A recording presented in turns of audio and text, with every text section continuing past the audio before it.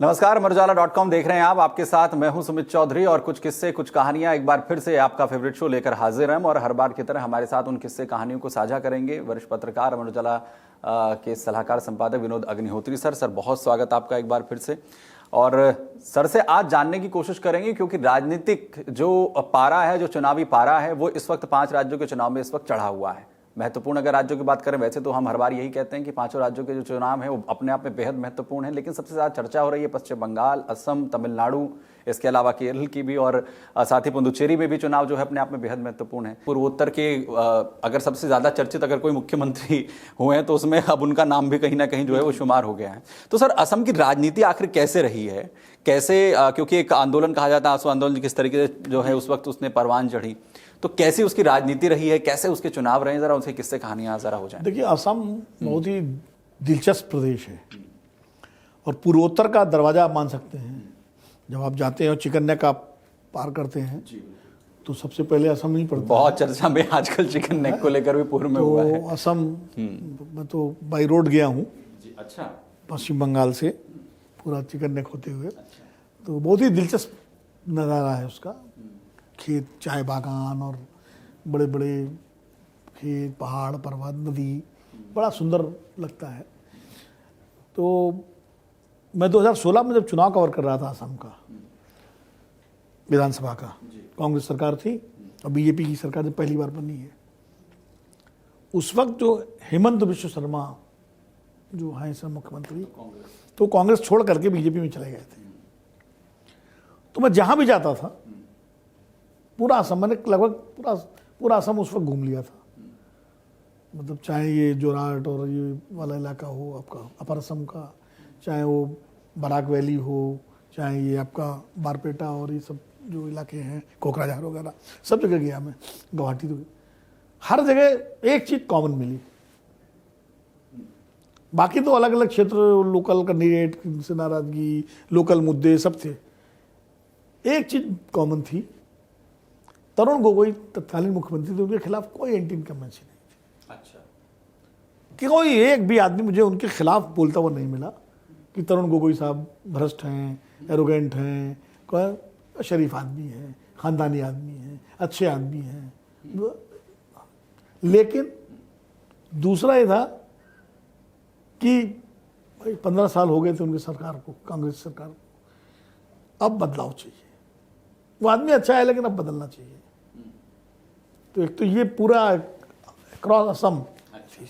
दूसरी अक्रॉस असम क्या था कि साहब कांग्रेस अगर हारेगी तो इसलिए हारेगी कि हेमंत बिश्व शर्मा ने पाला बदल लिया। अच्छा। मैंने कहा ऐसा क्या, एक व्यक्ति में तक क्या खास बात है कि उसके पाला बदलने से पार्टी हार जाएगी?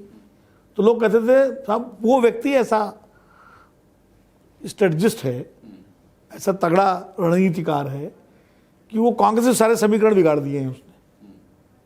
जिले जिले में जो मजबूत लोग थे उनको बीजेपी में ले लिया, कहीं इंडिपेंडेंट खड़े करवा दिए, अलाइंसेस बीजेपी के अच्छे कर दिए सबसे, और कांग्रेस उसको संभाल नहीं पा रही है। कांग्रेस को हेमंत बिश्व शर्मा को संभाल लेना चाहिए था, ये लोगों ने कहा। मुझे लगा शायद अतिरंजना है, अतिशयोक्ति है, लेकिन जब नतीजे आए तो पहली बार बीजेपी सरकार बनी। और ये सही है कि अगर हेमंत बिश्व शर्मा पाला बदल के नहीं जाते तो शायद बीजेपी की सरकार नहीं बनती। सरकार या तो त्रिशंकु विधानसभा होती है, फिर कांग्रेस बना लेती किसी तरह खींच खांच के, या सीधे कांग्रेस की बन जाती, बीजेपी का नंबर बढ़, उनकी सीटें बढ़ जाती है। ये तो बात पक्की है। उसके बाद से फिर हेमंत बिश्व शर्मा 5 साल सर्वानंद रहे मुख्यमंत्री और फिर हेमंत बिश्व शर्मा आ गए। एक और इंटरेस्टिंग बात बताऊँ असम के बारे में। आज हेमंत बिश्व शर्मा सबसे ज़्यादा मुद्दा उठाते हैं ध्रुवीकरण का। मियाँ समियाँ इस तरह के बयान उनके, वो राइफल चलाते हुए उनकी वो शूटिंग, वो मुस्लिम्स को लेकर जिस तरह के बयान देते हैं, घुसपैठियों पर सबसे ज़्यादा चिंता व्यक्त करते हैं, बांग्लादेशियों पर लेकर के वो। लेकिन एक दौर वो भी था सुमित जी, बड़ी इंटरेस्टिंग बात बता रहा हूँ, जब हेमंत बिश्व शर्मा कांग्रेस में थे और कांग्रेस के नेताओं में सबसे ज़्यादा लोकप्रियता उनकी मुसलमानों में ही थी। उनका मुस्लिम वोट बैंक बड़ा स्ट्रांग था हेमंत बिश्व शर्मा का। तरुण गोगोई की छवि जो है एक हिंदू नेता की थी, असमिया नेता की थी, अहोम नेता की थी। अहोम वहाँ की सबसे मेजर ताकतवर कम्युनिटी है। और हेमंत बिश्व शर्मा की छवि जो थी एक ऐसे हिंदू नेता की इच्छा थी जो मुसलमानों से ज़्यादा पॉपुलर है। अच्छा। और सब लोग कहते थे कि मुस्लिम्स के बीच में अगर किसी प्रॉपर्टी है तो हेमंत बिश्व शर्मा की है। वो कॉन्स्टिट्यूंसी थी हेमंत बिश्व शर्मा की। अब हेमंत बिश्व शर्मा का तो तब देखिए कितना कैसे बदलता है माहौल। और अभी तो दिलचस्प बात ये है कि अभी चुनाव प्रचार में गृह मंत्री अमित शाह जी गए थे आसाम, तो उन्होंने भाषण में एक बड़ा दिलचस्प भाषण दिया। उन्होंने कहा कि कांग्रेस की सरकार ने पिछले 15 साल में लगातार जो है यहाँ पर सबसे बड़ा घोटाला जो है वो स्वास्थ्य क्षेत्र में किया, और पता नहीं 150 करोड़ कितने करोड़ का घोटाला किया उन्होंने जिक्र किया। और विडंबना ये है कि उस सरकार में स्वास्थ्य मंत्री हेमंत बिश्व शर्मा ही थे, और वो बगल में बैठे थे जब अमित शाह जी बोल रहे थे।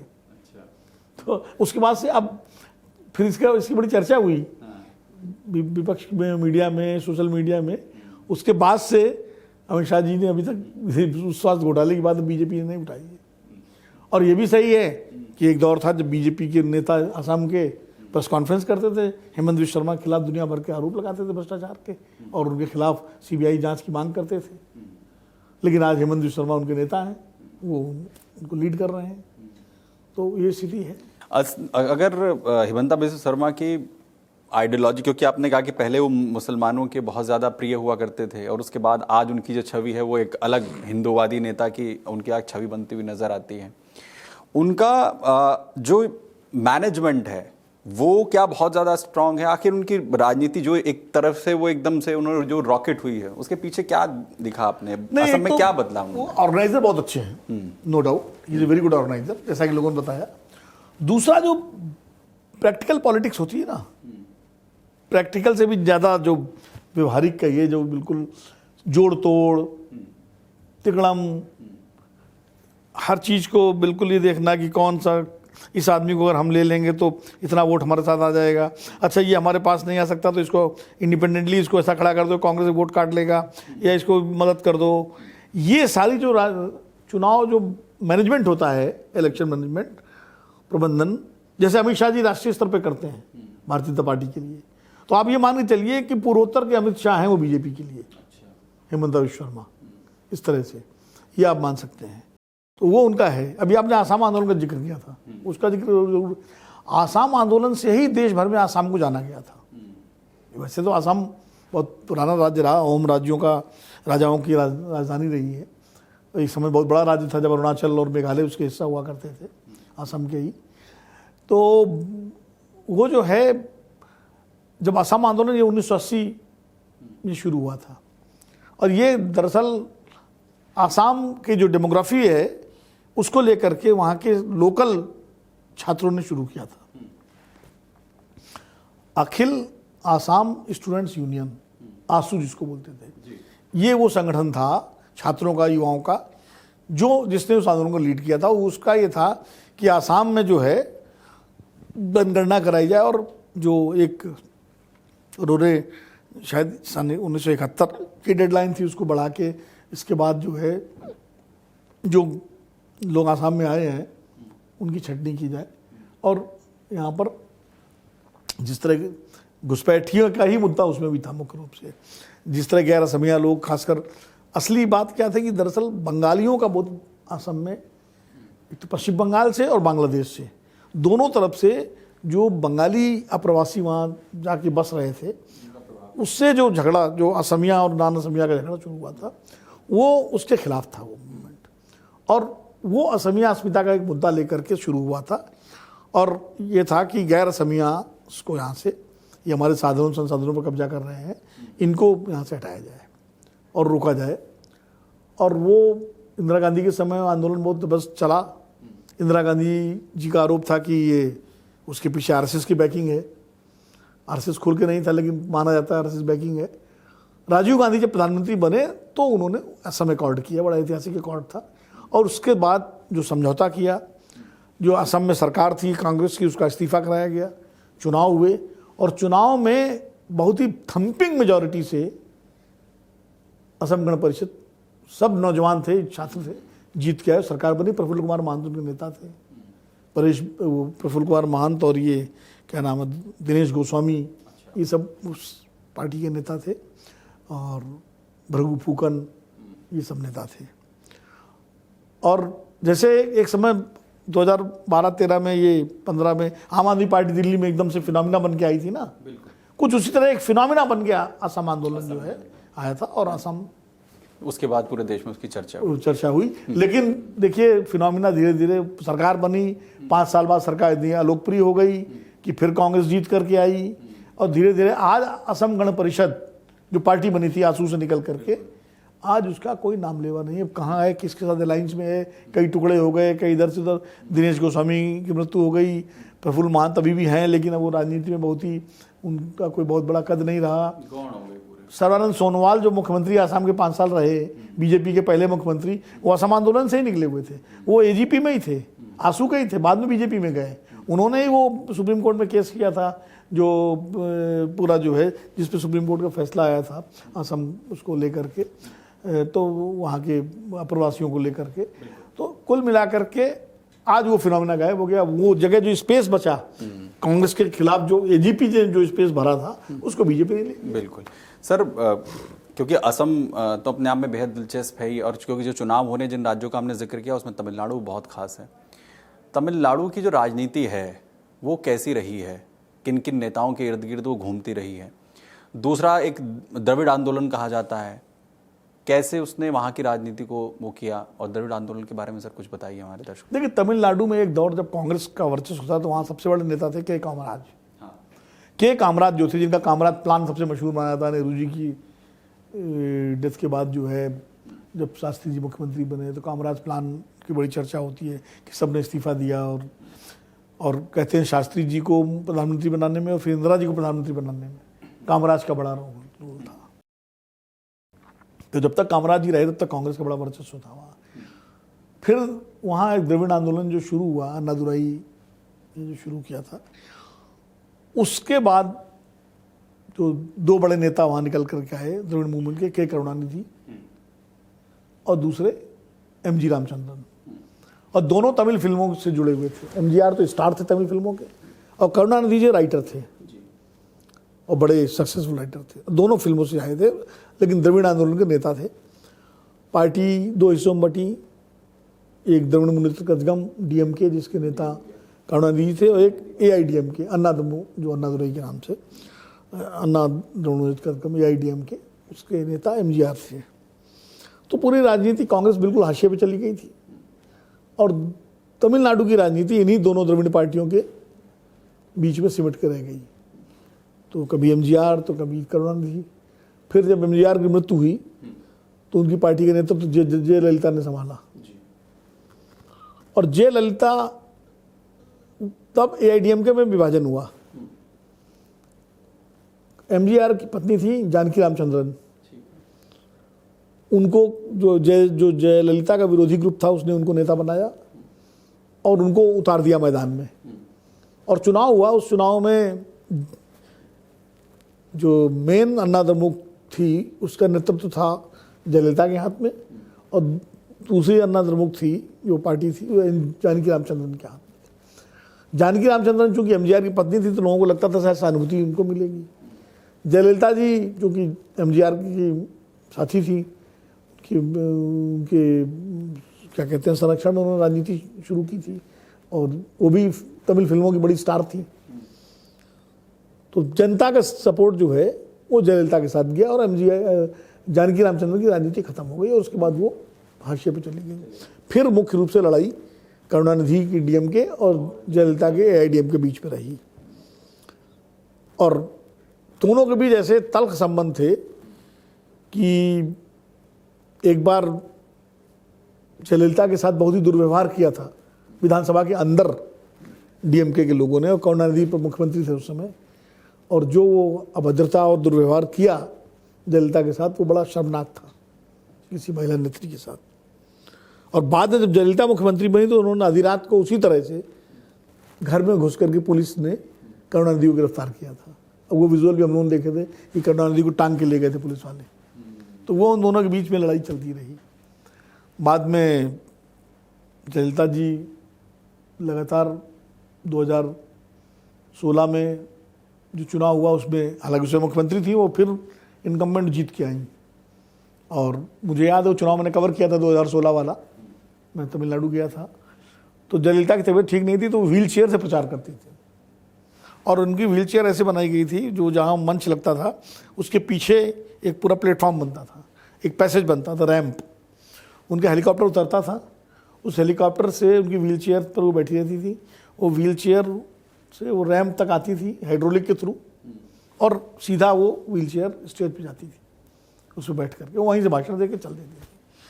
तो हम लोगों को लग रहा था कि शायद डीएमके इस बार जीत जाएगी, लेकिन उस सहानुभूति का फायदा ऐसा मिला कि एआईडीएमके की सरकार फिर आ गई। जो तमिलनाडु का एक तरह से ट्रेंड था बदलने का, वो टूट गया, और 2016 में फिर से उनकी सरकार बनी।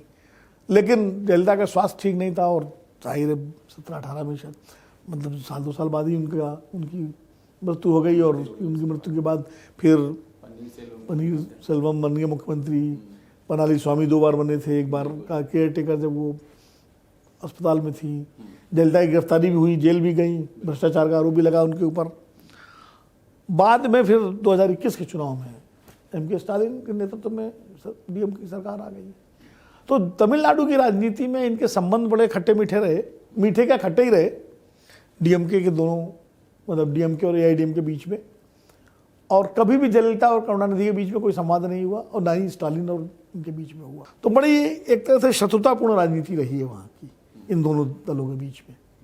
आमतौर पर ऐसा होता नहीं था, लेकिन ये तमिलनाडु में बहुत ही, और कुछ वैसा ही पश्चिम बंगाल में हो गया था जब ममता बनर्जी और लेफ्ट के बीच में झगड़ा हुआ था, जिसमें ममता बनर्जी की बड़ी पिटाई हुई थी।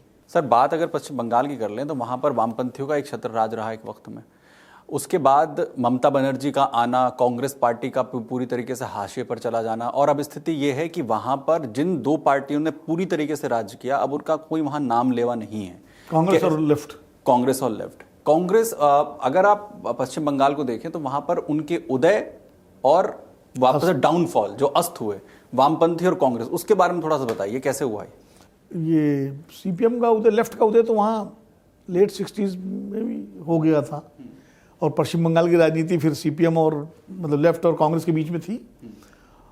लेकिन 78 के बाद से जो है लगातार लेफ्ट का शासन रहा, कांग्रेस बिल्कुल धीरे धीरे आउट होती चली गई। ममता बनर्जी फायरी लीडर थी, कांग्रेस में थी, यूथ कांग्रेस में थी, बाद में कांग्रेस में। ममता बनर्जी की एक ही इच्छा थी कि उनको बंगाल प्रदेश का, पश्चिम बंगाल का कांग्रेस का अध्यक्ष बना दिया जाए। लेकिन बंगाल के कुछ बड़े नेताओं ने, जिसमें प्रणब मुखर्जी भी अब उस वक्त थे, अब वो नहीं है, प्रियंजन दास मुंशी और कुछ बड़े नेता, अब्दुल गनी खां चौधरी, ये सारे नेता ऐसे थे जो ममता बनर्जी को बर्दाश्त नहीं करते थे, क्योंकि ये यंग लीडर थी, फायरी थी, किसी की सुनती नहीं थी। तो वो नहीं चाहते थे कि ममता बनर्जी प्रदेश के अध्यक्ष बने, और अध्यक्ष बनने के बाद वो तो सबका तो सीताराम केसरी जब कांग्रेस के अध्यक्ष थे, कलकत्ता अधिवेशन हुआ, उसमें भी ममता बनर्जी भी आई, और बड़ा कोशिश की गई उनको समझाने की, लेकिन वो मानी नहीं। वो चाहती थी उनको अध्यक्ष बनाया जाए और वो लेफ्ट के खिलाफ मोर्चा खोलें। कांग्रेस यहाँ सेंटर में लेफ्ट से दोस्ती कर रही थी बीजेपी के, क्योंकि दौर शुरू हो चुका था राम मंदिर आंदोलन का, और अडवाणी जी और अटल जी, उसके बाद अटल जी के नेतृत्व में भारतीय जनता पार्टी पूरा केंद्र में सरकार बनाने की तैयारी कर रही थी। तो जो सरकारें थीं केंद्र की, वो कांग्रेस के समर्थन से चल रही थी, यूनाइटेड फ्रंट की, और तो सेंट्रल लीडरशिप जो थी कांग्रेस की, वो लेफ्ट के साथ दोस्ती कर रही थी। और बंगाल में ममता बनर्जी चाहती थी कि हम लेफ्ट से लड़ें। इस अंतर्विरोध चलते हुए ममता बनर्जी को लग गया कि कांग्रेस में रह के उनका गुजारा नहीं है। उन्होंने एकदम कांग्रेस छोड़ी और तृणमूल कांग्रेस बनाई। कांग्रेस का लगभग सारा काडर चला गया ममता बनर्जी के साथ, और उन्होंने वही पॉलिटिक्स की जैसे लेफ्ट करते थे, वो फायरी पॉलिटिक्स, वो एजिटेशन की पॉलिटिक्स, वो प्रो पुअर पॉलिटिक्स, पूरा लेफ्ट का एजेंडा उन्होंने ले लिया, और लेफ्ट को उन्होंने वहाँ से सत्ता से बाहर कर दिया। अब लेफ्ट और कांग्रेस के बीच समझौता हुआ, गठबंधन हुआ, और 2011 के विधानसभा चुनाव में और 16 के विधानसभा चुनाव में, 2011 में तो ममता और कांग्रेस मिलकर लड़े, चूँकि केंद्र में भी साथ में थे, लेकिन 2016 में लेफ्ट और कांग्रेस का अलायंस हुआ, उसमें नंबर आया। लेकिन 2021 में स्थिति हुई कि लेफ्ट और कांग्रेस का पूरा वोट जो है बट गया, कुछ चला गया बीजेपी के साथ बड़ा हिस्सा, और बाकी चला गया ममता जी के साथ। तो ममता जी की सीटें बढ़ गई उनकी 216 सीटें हो गई और बीजेपी 3 से 77 पे पहुंच गई। तो जो इनका बेस था दोनों का, माइनॉरिटी बेस ममता जी के साथ चला गया, जो अपर कास्ट बेस था वो चला गया बीजेपी के साथ। तो इस तरह से जो है अब बंगाल की पूरी पॉलिटिक्स जो है बाइपोलर हो गई, ममता बनर्जी यानी Trinamool Congress versus BJP. BJP का संकट है कि उनके पास कोई ममता के मुकाबले का नेता नहीं है। शुभेंदु अधिकारी को चेहरा बनाने की कोशिश कर रहे हैं, लेकिन शुभेंदु चूंकि तृणमूल कांग्रेस में ही थे तो बीजेपी वो प्रयोग आसाम वाला करना चाहती है, जैसे आसाम में कांग्रेस के थे हेमंत बिस्वा शर्मा और उनको जो है बना दिया, ऐसे ही करना चाहती है। इसीलिए शुभेंदु इस बार दो जगह चुनाव लड़ रहे हैं, भवानीपुर से भी और नंदीग्राम से। अब कितना प्रयोग सफल होता है ये तो पता नहीं, लेकिन बंगाल का चुनाव इस बार दिलचस्प इसलिए भी होगा कि एक तो SIR का मुद्दा, दूसरा शुभेंदु अधिकारी कितना सक्सेस होते हैं या कितना नहीं होते हैं, और कांग्रेस 284 सीटों पर लड़ रही चुनाव।